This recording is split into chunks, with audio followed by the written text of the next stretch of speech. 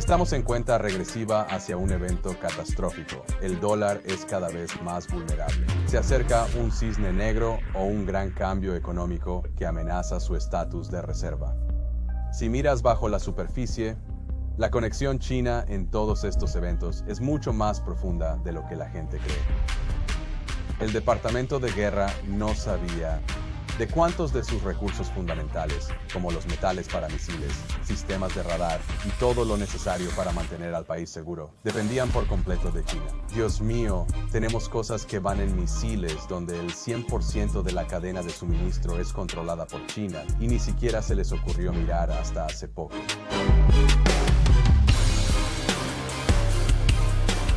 La economía de Estados Unidos atraviesa algunos de los mayores cambios que hemos visto en nuestras vidas. En 2025 vimos aranceles impuestos a países de todo el mundo. En 2026 capturamos al presidente de Venezuela. Y ahora Estados Unidos sigue atacando a Irán y hay mucho conflicto en el Medio Oriente. El motivo por el cual quiero hacer este video específicamente es porque existe un denominador común en todos estos cambios que ocurren geopolíticamente, y ese es China. Por eso hoy quise sentarme con Jackson, jefe de investigación de inversiones de mi firma, para profundizar. ¿Crees que esto tiene que ver con China? Y si es así, ¿por qué Estados Unidos está tan preocupado por China? Creo que el denominador común es China. Y si miras bajo la superficie, la conexión china en estos eventos es más profunda de lo que parece. Y Estados Unidos tiene motivos para preocuparse, pero la más importante y evidente es que durante años hemos estado proyectando que la economía china crecerá más que la de Estados Unidos, para convertirse en la economía más grande de la Tierra. Y esas proyecciones, aunque se han ralentizado, siguen en marcha, y si miras el poder de producción real, China ya está por delante de Estados Unidos. He oído eso también, y lo he tratado bastante extensamente, que pienso que en algún momento de la próxima década se proyecta que China sea la economía más grande del mundo. Es una amenaza, pues ya no seríamos la mayor superpotencia económica, pero ¿qué significa esto para el ciudadano promedio y en qué debería fijarse la persona promedio? Porque existe mucha conversación sobre China. Se habla de desdolarización, pérdida de valor del dólar e inflación. Explícalo. Dinos por qué estar atentos y dónde están las oportunidades. Tú y yo nos beneficiamos mucho de que el dólar sea la moneda de reserva mundial. Nos beneficiamos de formas que ni siquiera imaginamos. Y con esto quiero decir, ¿qué es una reserva global? Es la moneda que se mantiene en grandes cantidades a nivel internacional. Se conservan grandes depósitos de divisas para ser reservas estratégicas de varios gobiernos. Mantienen mucho valor en dólares. El dólar es la moneda de facto para muchas transacciones internacionales. Si observas los principales fideicomisos del Banco Mundial y cómo la ayuda extranjera de varios países y las iniciativas de la OTAN afectan a muchos países, están denominadas en dólares, y el dólar tiene un poder adquisitivo más allá de sus capacidades en Estados Unidos, lo cual es relativamente raro. Hay pocas monedas clave. La libra esterlina es otra, así como el yuan chino, donde el valor de esa moneda va más allá de sus fronteras, ¿verdad? Esa moneda vale en el extranjero. Pero el dólar es la moneda de facto para muchas cosas. ¿Has oído el término petrodólar? Lo he oído. Sí, el dólar. Muchas monedas y transacciones petroleras en Oriente Medio están ligadas al dólar, por lo que termina siendo la divisa que controla el flujo de energía. Como tenemos la moneda de reserva mundial, este dólar estadounidense tiene más poder. Tu salario tiene más poder adquisitivo. Ahorras más valor porque somos la moneda de reserva mundial. Y estás sugiriendo que una de las razones por las cuales nosotros tenemos la moneda de reserva es porque somos la mayor economía. Si somos superados por China, China se vuelve la economía más grande del mundo. La preocupación actual es que el yuan chino pueda reemplazar al dólar como moneda de reserva mundial, porque mucha gente dice que es imposible que el yuan ocupara el puesto del dólar. Es justo, no pasaría de la noche a la mañana, pero debemos mirar la historia mundial. Y la moneda de reserva global ha sido sustituida anteriormente. La libra esterlina fue la moneda de reserva mundial por mucho tiempo. Creo que comenzó en la era victoriana, quizás incluso antes, pero durante el grueso del colonialismo británico, la libra esterlina era la reserva global y requirió dos guerras mundiales, la completa aniquilación de la capacidad de manufactura del Reino Unido y el surgimiento de la dominio mundial para reemplazarla. Ahora, muchos de nuestros aliados están obligados por tratado a usar el dólar como reserva mundial. Y vemos que muchas naciones pequeñas simplemente siguen el ejemplo. Básicamente todos lo hacen, así que ellos también. Pero vemos este aumento, especialmente en la alianza BRICS liderada por China. El yuan chino, tarareando gran parte de las reservas de divisas de varias naciones, tanto en y fuera del BRICS. Quiero hablar más sobre un par de cosas que mencionaste, como la alianza BRICS.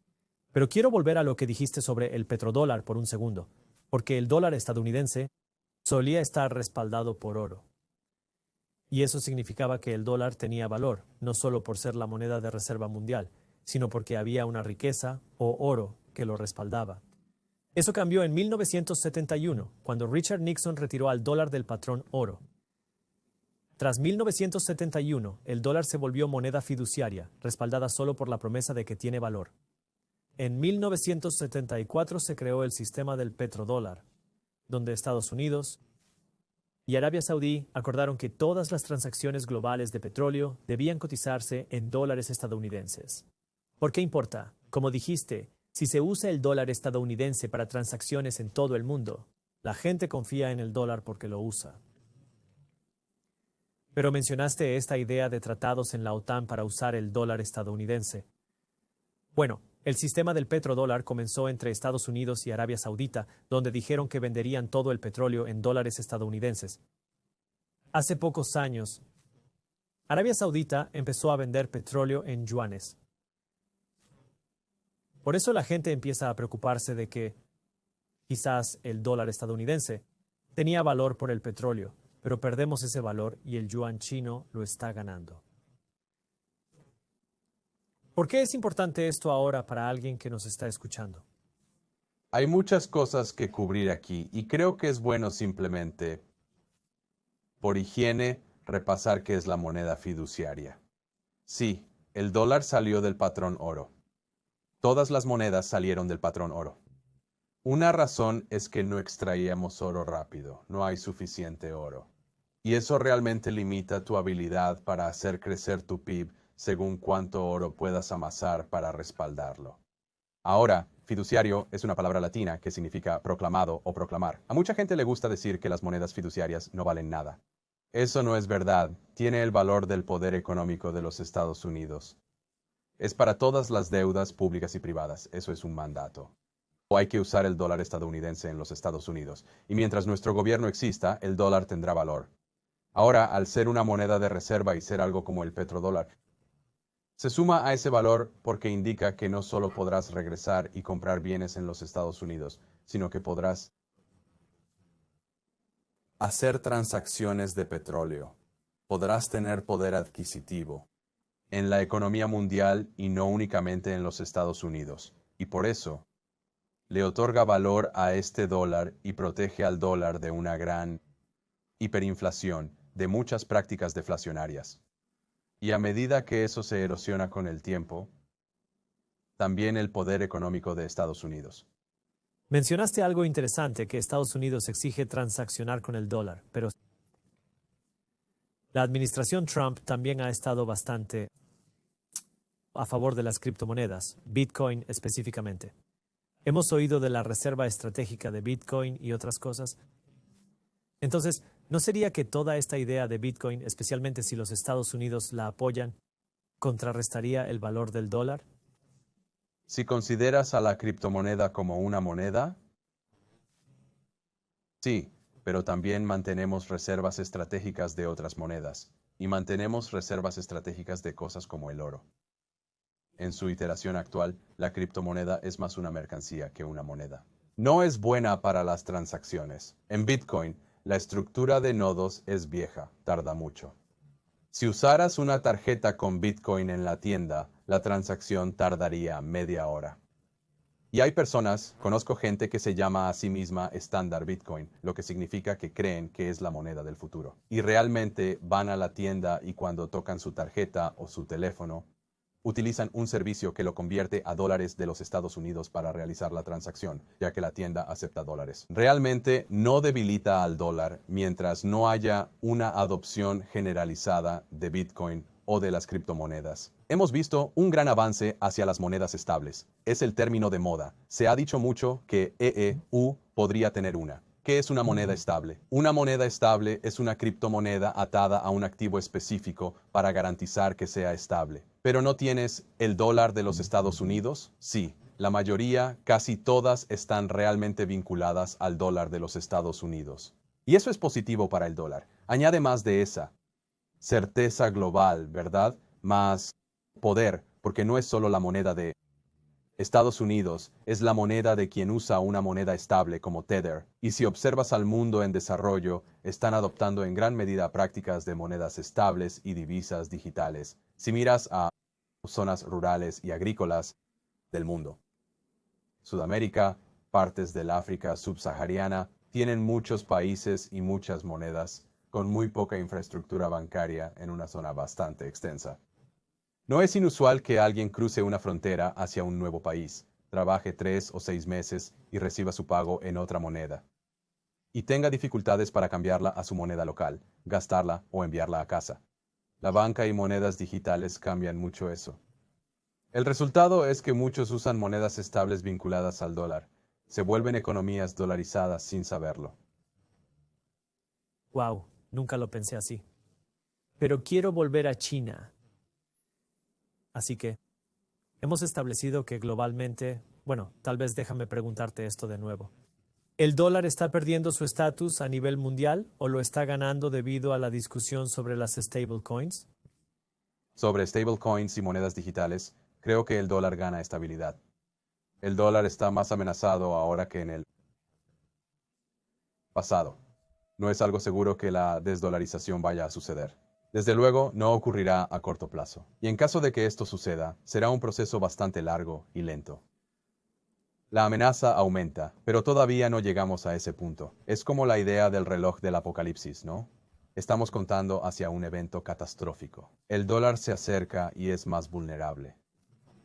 Se acerca a la posibilidad de algún tipo de evento de cisne negro o un cambio económico importante que amenace su estatus de reserva, pero no ha sucedido. Y ahora regresemos a lo que estaba planteando al inicio de esta conversación. Tenemos este conflicto entre Estados Unidos y China, ¿verdad? Sabíamos que la economía china crecía más rápido, pero ahora parece que luchamos contra ellos. Sí, sin luchar realmente.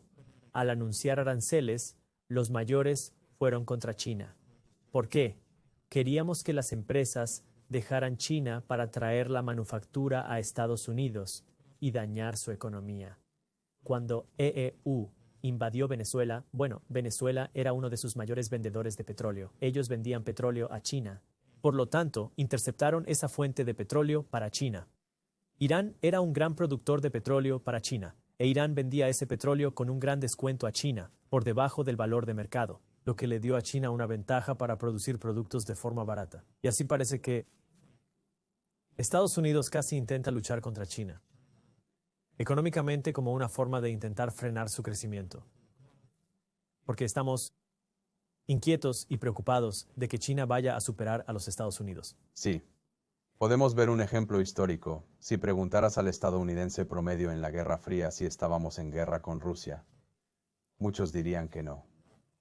¿En serio? Sí, mi padre fue veterano de Vietnam y regresó y vio eso de primera mano, que mucha gente no sabía que estábamos en conflictos coloniales en todo el mundo y no comprendían que esto era parte de algo más grande que llamábamos Guerra Fría. Los conflictos no se ven como antes. Existe la idea de que se luchan a través de representantes, siendo Israel un famoso representante de Estados Unidos y Hezbollah en el Líbano un representante de Irán. Y hay este nivel adicional de dominio económico y de la cadena de suministro global.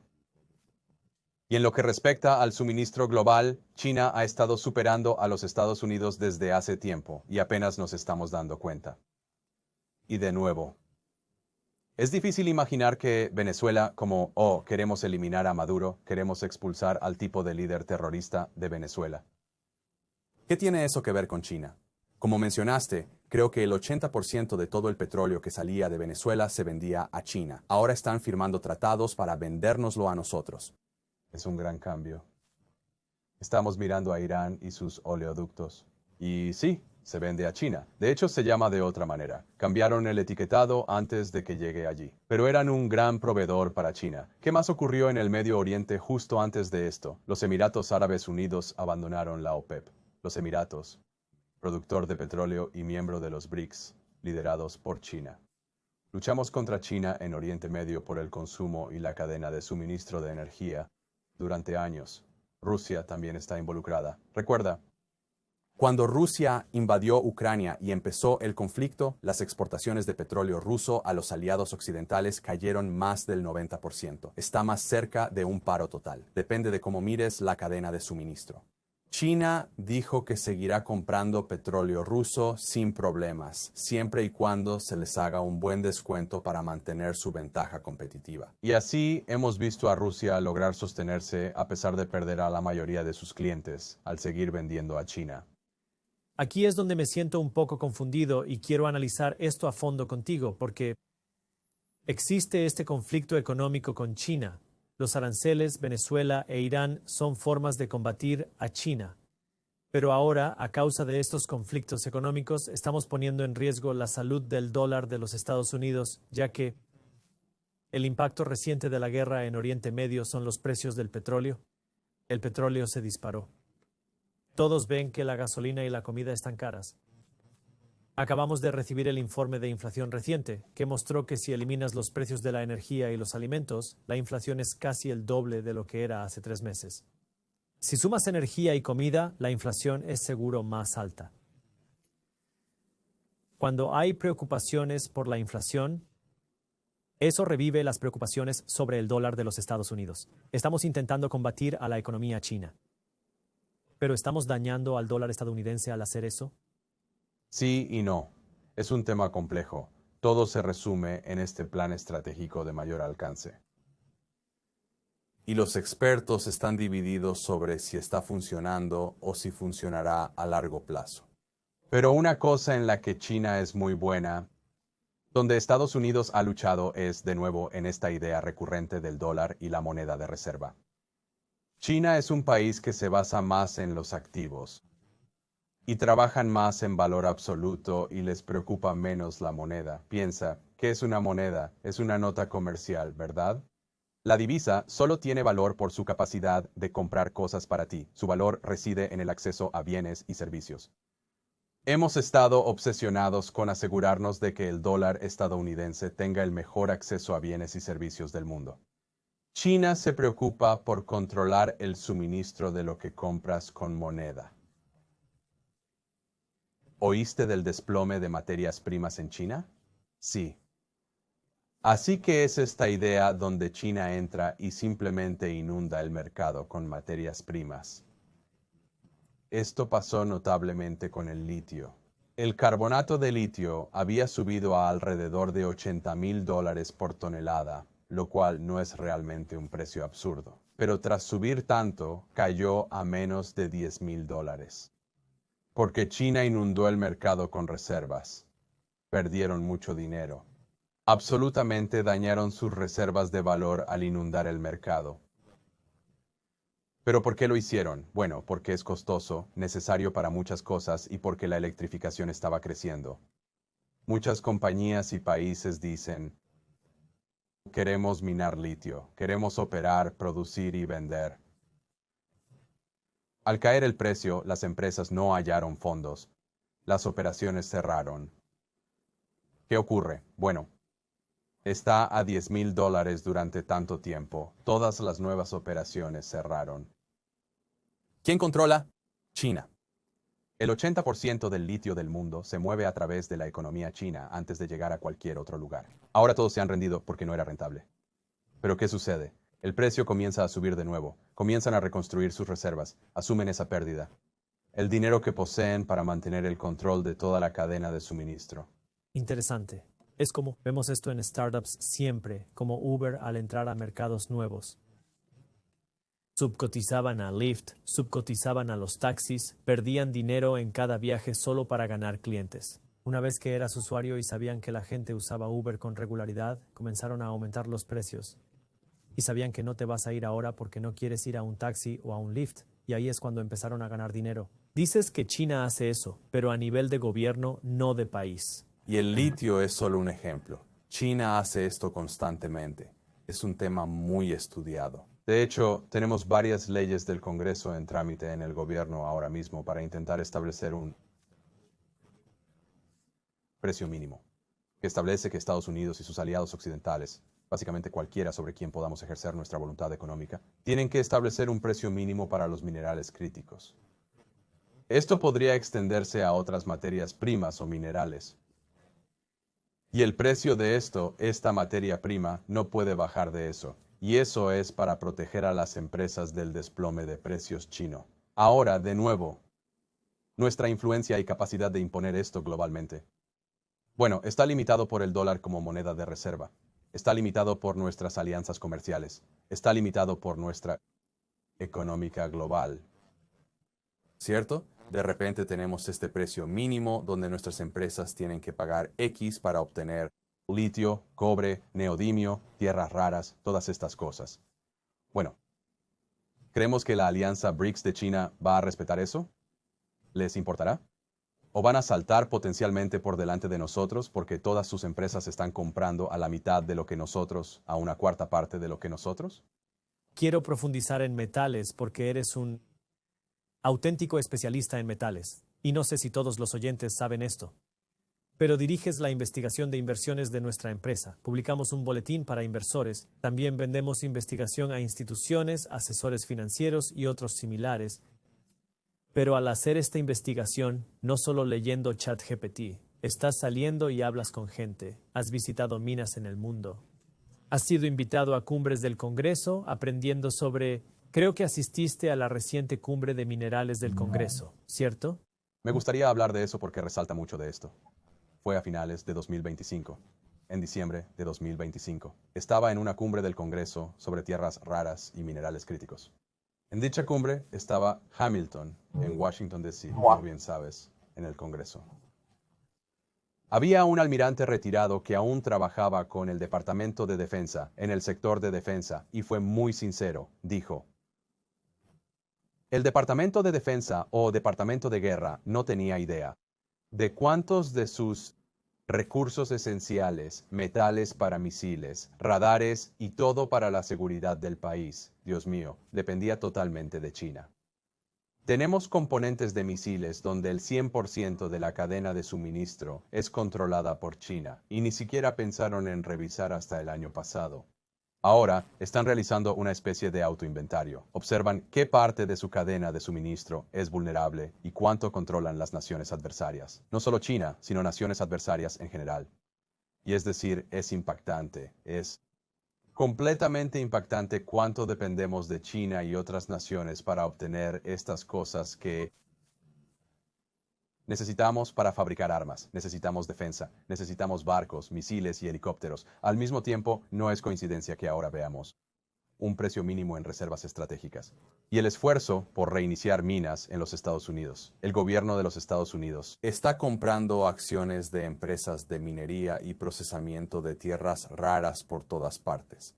Y lo que tienen en común es que están en Estados Unidos o Canadá. Intentan traer la minería y producción a casa, para que China no pueda decir, ¿sabes qué? No más tierras raras, no recibirán más. Eso hicieron en el último desacuerdo comercial. Creo que es importante que la persona promedio lo entienda, no solo para decir, oh, no entiendes lo que pasa con el litio o el cobre, sino entender que todos estos cambios crean oportunidades de inversión, porque no somos un grupo político aquí, somos una organización de investigación y tenemos investigación de inversión que publicamos y tenemos un fondo que gestionas.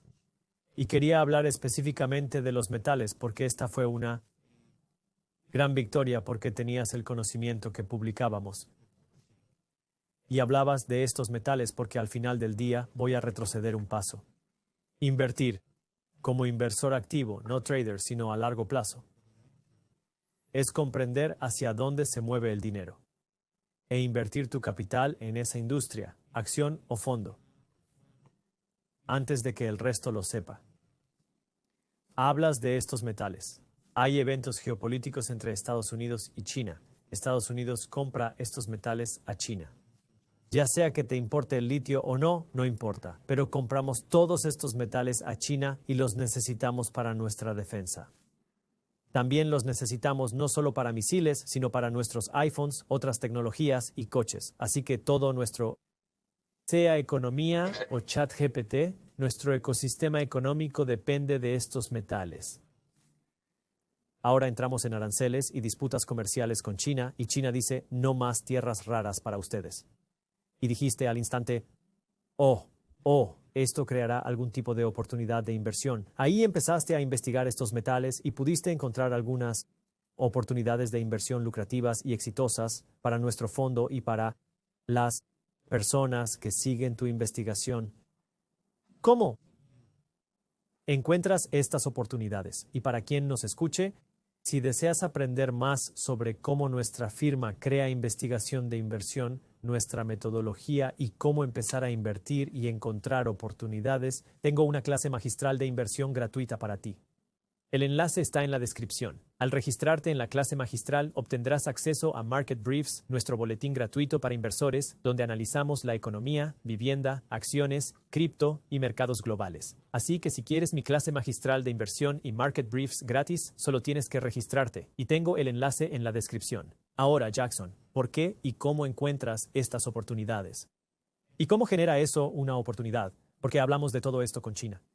Algunos se asustan al oír esto. Otros dicen, oh Dios mío, esto es increíble. No importa la emoción. Aquí hablamos de que cuando algo cambia, hay oportunidad. Entonces, alguien que escucha todo esto, ¿dónde debería buscar oportunidades? ¿Sabes? Abordamos esto con lo que, supongo, en aquel entonces Wall Street consideraba una táctica loca. Es decir, dijimos que alguien que extrae metal o dirige una operación probablemente sabe más que alguien en una mesa de operaciones de JPM. Una mesa de JP Morgan. Y si miras a Wall Street y a los inversores institucionales, y aquí es donde realmente fallaron, han operado bajo este sistema que dice, modelaremos el riesgo y el valor basándonos en datos históricos y puntos de precio históricos. El problema es que muchas cosas basadas en materias primas y tecnología valen más en la economía de hoy de lo que valían hace 10 años. Por lo tanto, los promedios de hace 10 años ya no son tan importantes. Y lo que intentamos es hablar con la gente en el terreno, hablar con los de la industria, mirar al futuro y decir, está bien, vale esto en la economía actual, que está infravalorado. ¿Qué valdrá esto en 10 años? ¿Cuánto valdrá el neodimio en la economía de 2035, verdad? ¿De 2045? Ese fue nuestro inicio. Y quiero recalcar que hacemos todo este tipo de charlas macroeconómicas y la macroeconomía es mi especialidad. Pero eso es para identificar oportunidades. Si entiendes cómo funciona la economía, puedes entender cómo serán valiosas ahora y a futuro. Me gustaría ahondar un poco más en ese tema porque creo que existe una comprensión errónea de cómo funciona la inversión o quizás diferentes perspectivas sobre cómo funciona. Porque pienso que para el ciudadano promedio, y lo digo porque he conversado con muchas personas, invertir es, voy a abrir una cuenta en Robinhood o cualquier corretaje, no importa. Y voy a meterme en Reddit, CNBC o YouTube para ver a cualquier desconocido en Internet y veré qué acción recomienda a alguien. Y dirán que Nvidia dominará el mundo, así que compraré esas acciones. Y lo que dices es distinto y requiere obviamente más trabajo. Pero tú dices que profundizas más allá de lo que la gente comenta. Tú investigas hacia dónde se dirige la economía y hacia dónde va el dinero. Y es duro. No hay manera de evitarlo porque la gente preguntará, bueno, Jackson, ¿cómo se hace eso? Es difícil. Digo, la gente puede hacerlo. No estamos diciendo que no. Así que cuéntanos tu metodología. ¿O cómo lo haces? Sí, bueno, estoy en medio de una investigación ahora mismo, y como pequeño bono especial, creo que una de las cosas del futuro será el magnesio. Es lo que investigo, aunque no hay muchas opciones minoristas ahora. Pero empezaré simplemente entendiendo. Veré un análisis de expertos, un libro blanco, un informe de la industria comercial que hable sobre la vulnerabilidad del magnesio. O una empresa privada en ronda Serie A que quiere extraer magnesio, produciendo magnesio, en EEUU, y diré, ajá, eso es interesante, y empezar a profundizar. Y debes entender realmente el lenguaje de cualquier industria que estés investigando y ser capaz de procesar sus operaciones. En esta nueva era, y si estás en casa tratando de hacerlo a un nivel menor, probablemente puedas usar la IA para ayudarte en este proceso. ChatGPT o Cloud. ChatGPT, Cloud. Probablemente deberías tomar un curso de prompts si solo entras y dices, oye, dime todo sobre invertir en magnesio, o creo que es una buena inversión. Dime cómo hacerlo. No tendrás buenos resultados. Pero si aprendes a hacer prompts correctamente y aprendes a usarlo como una herramienta para ayudarte a recopilar informes de la industria, saber dónde buscar, haz que encuentre dónde están buscando los expertos en ese campo. Conferencias, ferias, asistir a eventos donde están los expertos y hablar directamente con ellos es, en última instancia, la mejor forma. Nadie entenderá la industria mejor que las personas que la dirigen.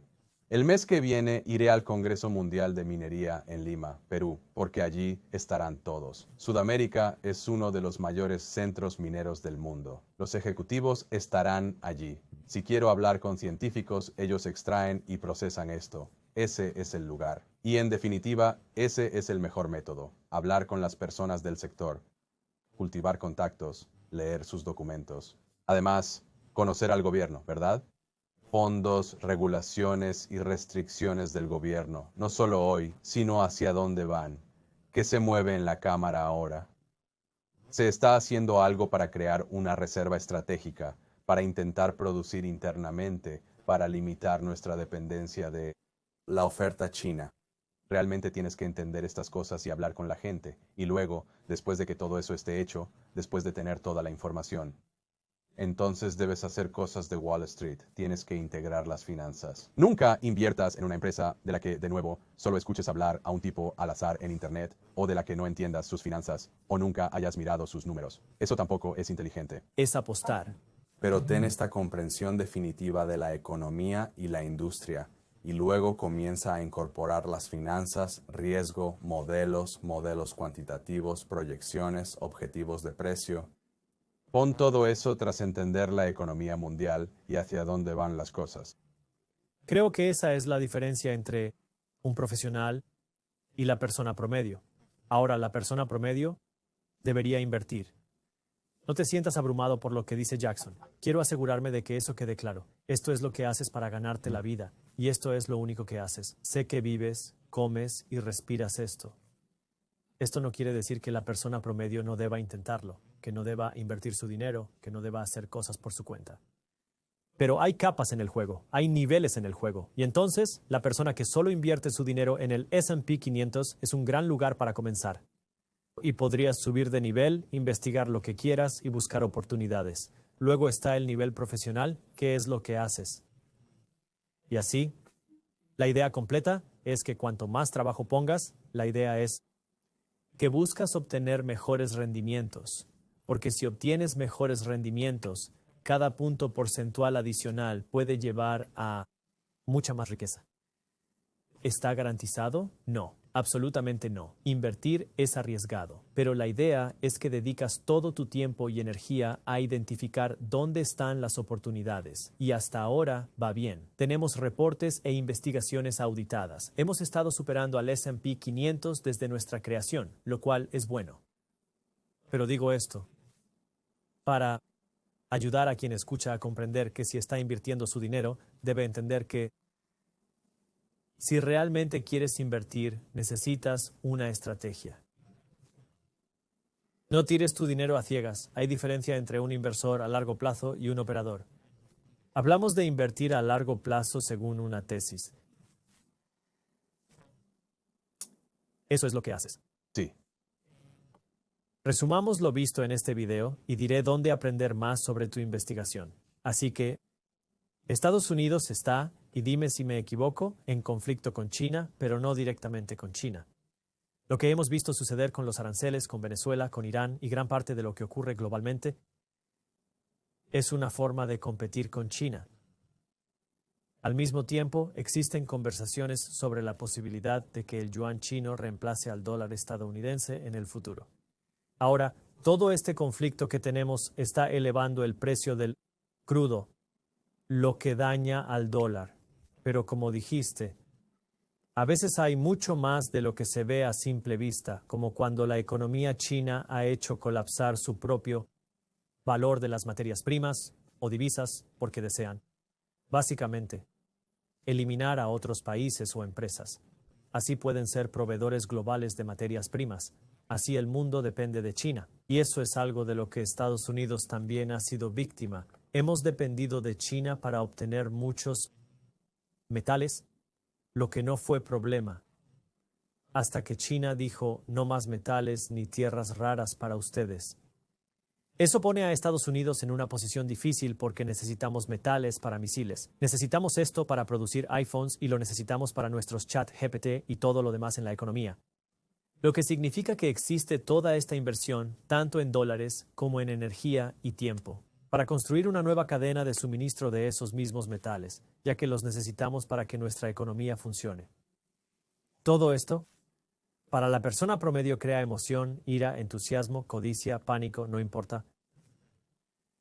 Lo que decimos, y tú dices específicamente, es crea oportunidad. Y la oportunidad es entender hacia dónde va la economía en los próximos 5, 10, 15, 20 años. Porque si identificas hacia dónde va la economía, identificas hacia dónde va el dinero, creando oportunidades de inversión. Y ahora, como inversor, tu labor consiste en identificar cuál es tu estrategia, cuál es tu interés, y luego invertir tu dinero basándote en dónde ves oportunidades, no en las noticias ni en la exageración, que es lo que hace la persona promedio. Porque si haces lo que todos, terminarás como todos, y por desgracia, la persona promedio ni siquiera obteniendo los rendimientos del mercado, lo cual es irónico porque si solo pones tu dinero en el S&P 500, obtendrás los rendimientos del mercado. ¿Eso resume lo que está pasando? Sí. Y si me permites dar la versión de 10 segundos sobre este ejemplo en particular, con la IA, robótica y todo lo del futuro, la energía será la moneda del futuro. La energía será vital. Estados Unidos está en conflicto con China. Estamos en una guerra comercial. Irán es parte de eso, Venezuela también. Recibiremos golpes, dañaremos el dólar, dañaremos al consumidor estadounidense con la inflación. Pero quien logre controlar el flujo de energía o la economía global estará mejor a largo plazo. Como inversor, la oportunidad que veo es durante este conflicto, durante el dinero, el esfuerzo y los recursos que estamos invirtiendo para intentar obtener el control del suministro energético mundial. ¿Cómo aprovecho esa ola? ¿Qué haremos ahora? ¿Qué haremos a continuación? ¿Y dónde puedo colocar mis recursos para aprovechar esa ola y salir victorioso? Interesante. Jackson, gracias por tu tiempo. Gracias. Si alguien quiere aprender más, pueden suscribirse a Market Briefs gratis al registrarse en la clase magistral de inversión. Si quieres suscribirte a la investigación de nuestra firma, dirigida por Jackson, puedes comprar nuestra investigación Market Briefs Pro. Puedes aprender más sobre eso en nuestro sitio web. Y si eres un asesor registrado o diriges una institución que administra dinero, tenemos un enlace para ti en la descripción también. Gracias, Jackson, por tu tiempo. Muchas gracias. Viví la crisis del 2008. Creo que uno de los mayores puntos ciegos de esta administración será el desempleo. ¿Puedes tener unos $1,000 millones en deuda? ¿No te preocupa ese nivel de endeudamiento? Por la inflación y la IA.